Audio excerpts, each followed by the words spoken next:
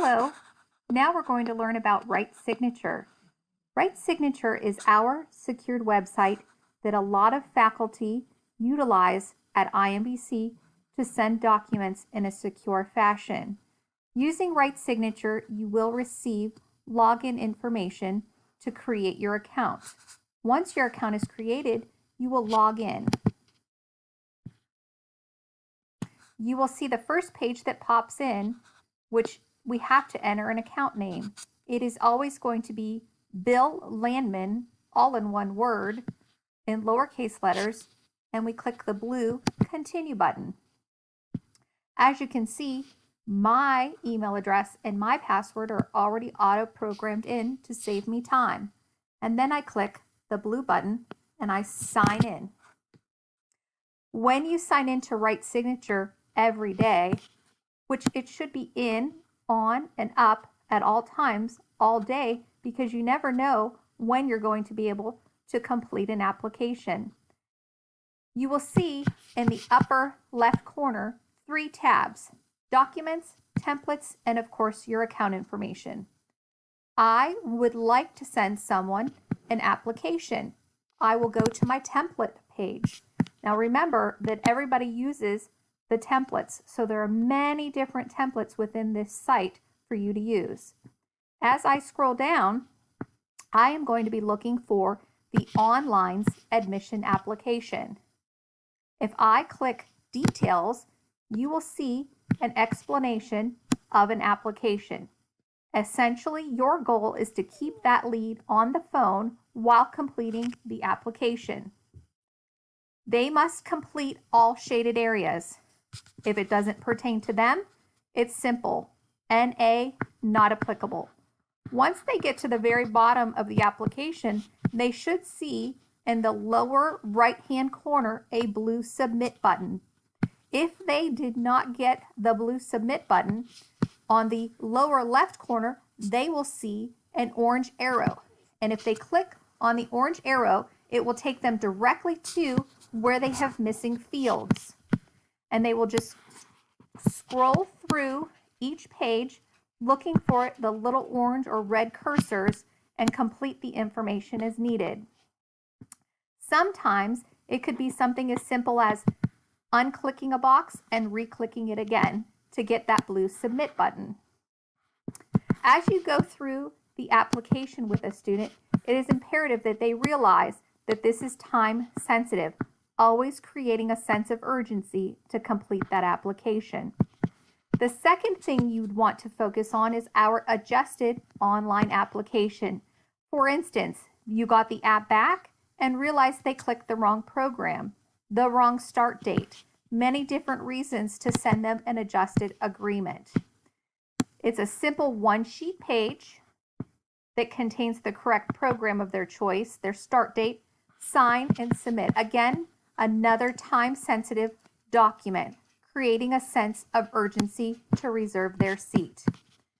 The other document that you will want to know about is our affordability plan. Occasionally, you'll find a student who does not feel comfortable sharing their information with you. This is imperative that we have this so that we can check the Department of Education database to see if they've ever had student loans and if they're in good standing. They may not want to share their their date of birth or their social security number with you.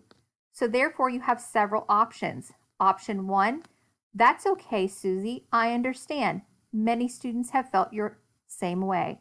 Would you like to talk to financial aid to share that information directly with them? So sometimes you may transfer them directly to financial aid. They may not have time, they don't want to do that. You have a second option. You can send them the affordability plan. And we will cover affordability plan training in our Skype in another video.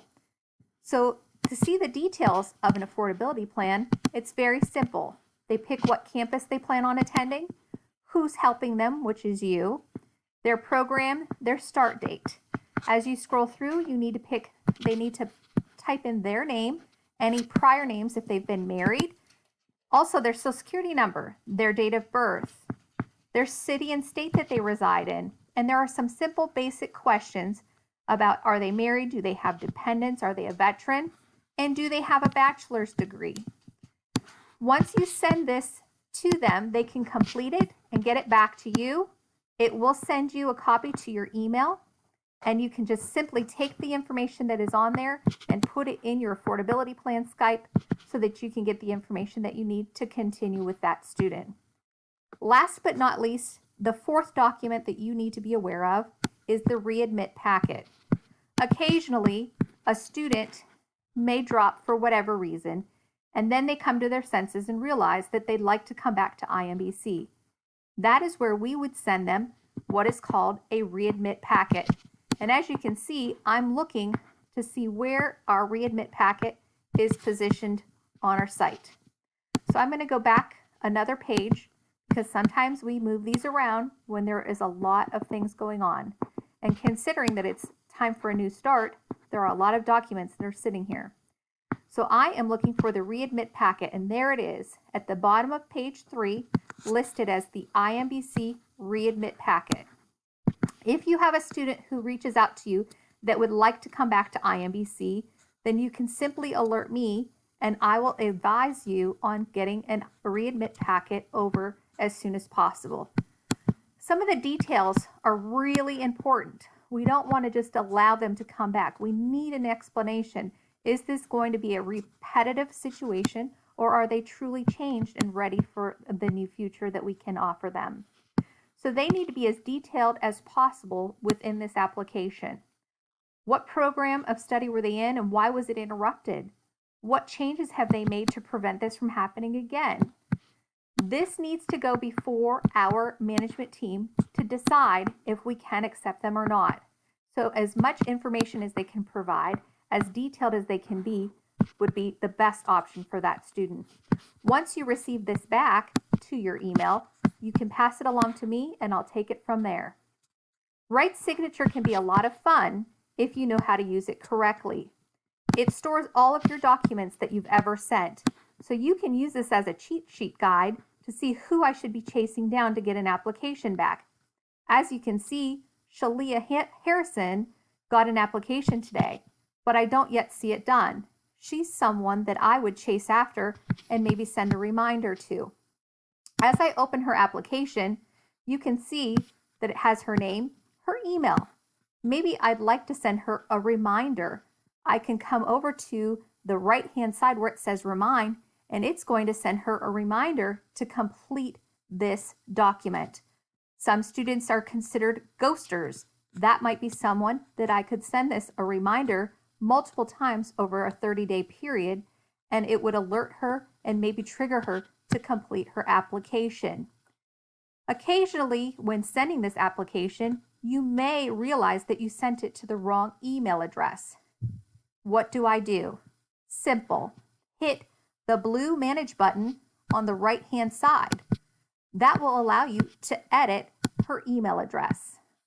Click Save, and now I can send another reminder, and it will send her another reminder to the correct email to complete this application. Maybe we've sent the wrong email, the wrong application, and now we would like to void this. Very simple. I can click the void button and it will not be able to be accessed again. Sometimes students need a longer period of time to complete an application because they finally came to their senses. This application is only good for 30 days. Click the edit button and then you can change the expiration date. This one happens to be good until the 16th of September because I sent it today.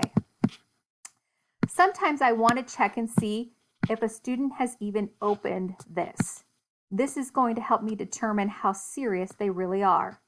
I can come over to the history button and click the history button, and I can see that 5 hours ago I created this document and I sent it to her. 18 minutes ago I sent Shalia a reminder because she did indeed promise to have this done for me by 8 o'clock this evening, and it has yet to even be opened. So now I have some concerns. Maybe Shalia is not very serious about her education here at IMBC. I'd like to show you a completed document. This one is by Sierra, and I sent this to her today, and 14 minutes ago, she completed this document. And I can tell because there's a green circle with a checkbox in it. That green circle with a checkbox means it's been completed. The empty circle with the orangish yellow border shows me that it has not been completed yet. So let's take a look. Here we have a completed application. And you can see, if you look at the history button, the history of this document. So 3 hours ago, I created this document and emailed it. She then opened it. 24 minutes ago, I sent her a reminder. So she opened it 14 minutes ago, completed it, and then we have this green hammer that shows that it has been executed and sent to me. And again, you have this green executed box here in the upper right corner. This is very exciting news because my little reminder 24 minutes ago triggered her to get this application completed. Now that I have a completed document, what do I do with it? Well, I need to review it.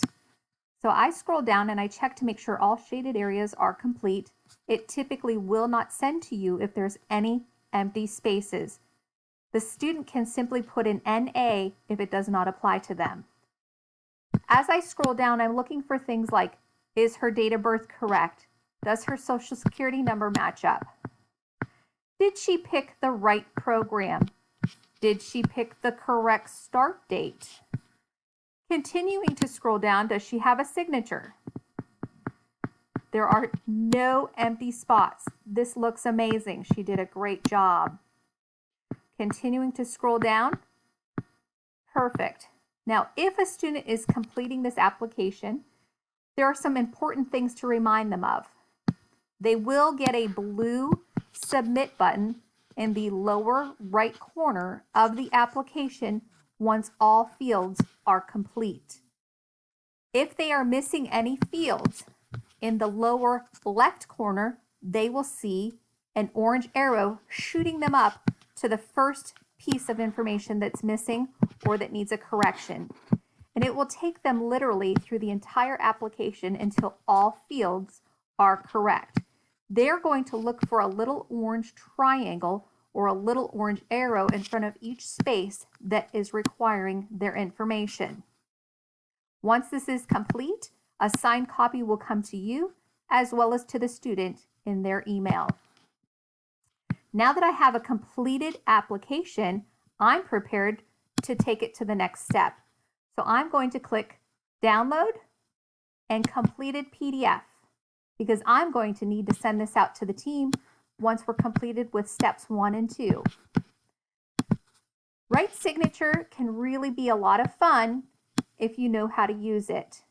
Utilizing the opportunity to send a reminder, using it as an opportunity to edit if need be, or even void if needed. And as you can see, I'm pretty good at getting my applications back in a timely fashion.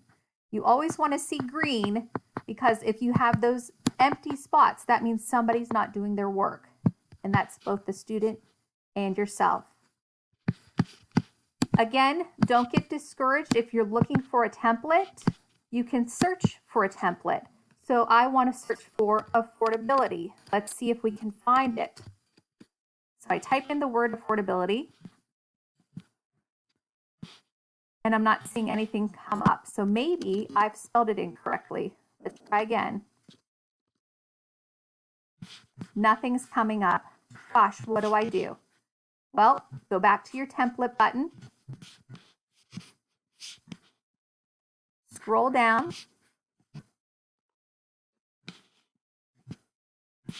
And go through each tab and see very quickly if we can find it. You should never have a problem looking for a document. We never run more than 4 or 5 pages, and there's usually never more than maybe 10 to 12 per page. Again, tracking your documents, this is a really great opportunity to make sure that we're not missing the boat with getting applications back. Your goal is to see this green all the time. That means you're doing a great job and your students are actively keeping up with their assignments that you've requested from them.